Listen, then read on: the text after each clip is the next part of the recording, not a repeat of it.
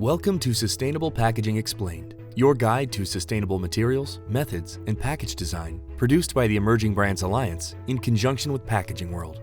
Today, we're exploring the idea of corporate sustainability as it relates to logistics and shipping footprint. A logistics footprint refers to the size of the logistical support that a business requires to move its products to its customers.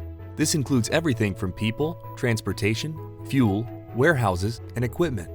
Sustainable logistics involves emphasizing sustainability and a reduced environmental footprint when it comes to freight, logistics, and supply chain practices. A part of a company's overall sustainability profile is a healthy logistics footprint, which includes many factors, but the biggest is transportation.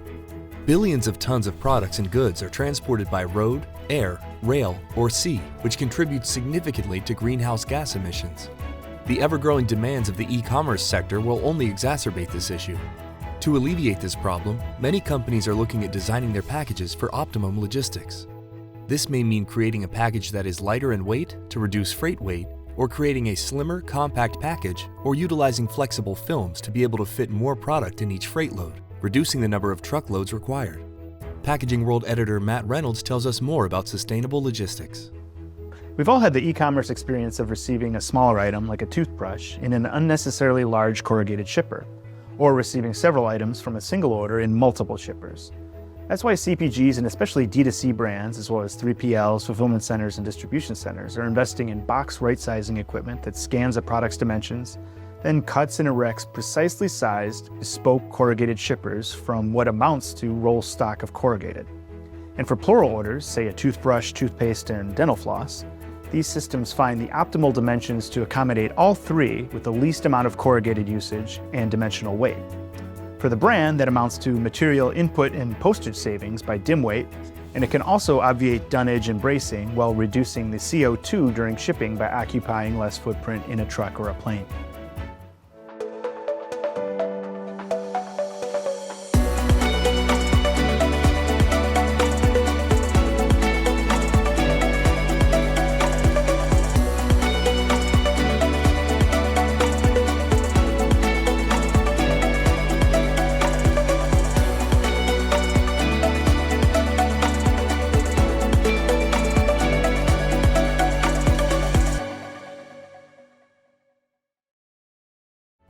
To further reduce emissions, some companies have begun to look at alternative fuel options such as electric vehicles, hybrid, or hydrogen-powered vehicles.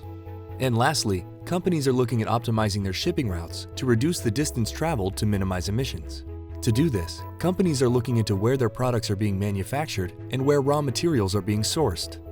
For example, when using a co-manufacturer, consider if they are located in areas where distribution is to shorten the transport distance.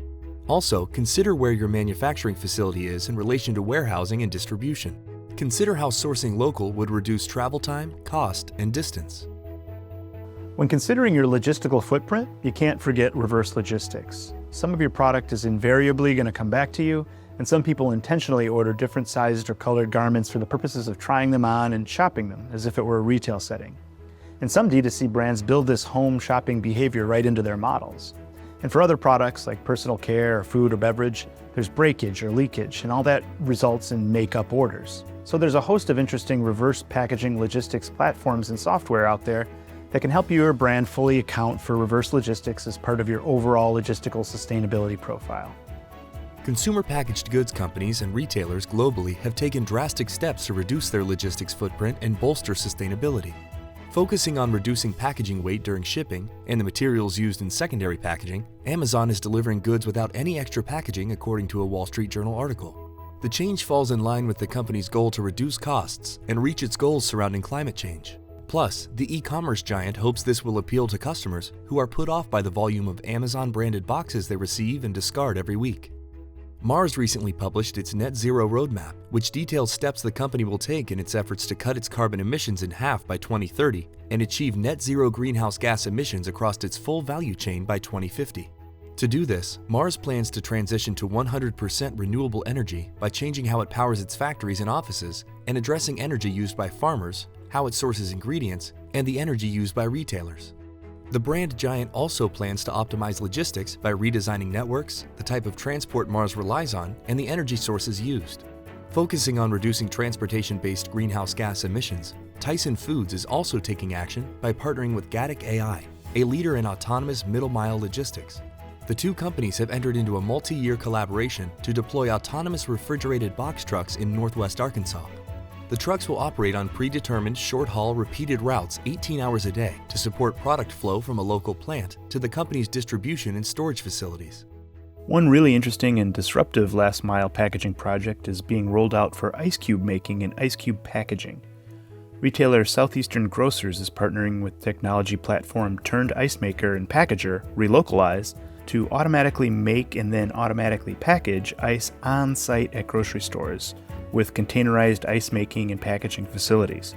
The potential logistical savings here is great. Read more about it in the October 2023 issue of Packaging World. Reducing shipping and logistics footprint requires a focused approach to reduce climate change and improve corporate sustainability. According to Climate Partner, there are 5 steps to a climate action strategy. The first is to measure your carbon footprint. Understanding the emissions of your company and its products is the first step to making a change. The second is setting reduction targets to continually reduce emissions over time. Third, implement reductions by taking action. The fourth step is to finance climate projects to support global action. And fifthly, communicate transparency by sharing your climate action efforts to maximize the impact. The importance of sustainability in reducing logistics footprint is only expected to grow in the coming years as e-commerce continues to boom. As you work to understand and make changes to your shipping and logistics footprint, consider working with an expert to determine the best course of action for your company. Thanks for watching, and be sure to subscribe to our YouTube channel for more videos on sustainability, packaging, and scaling operations.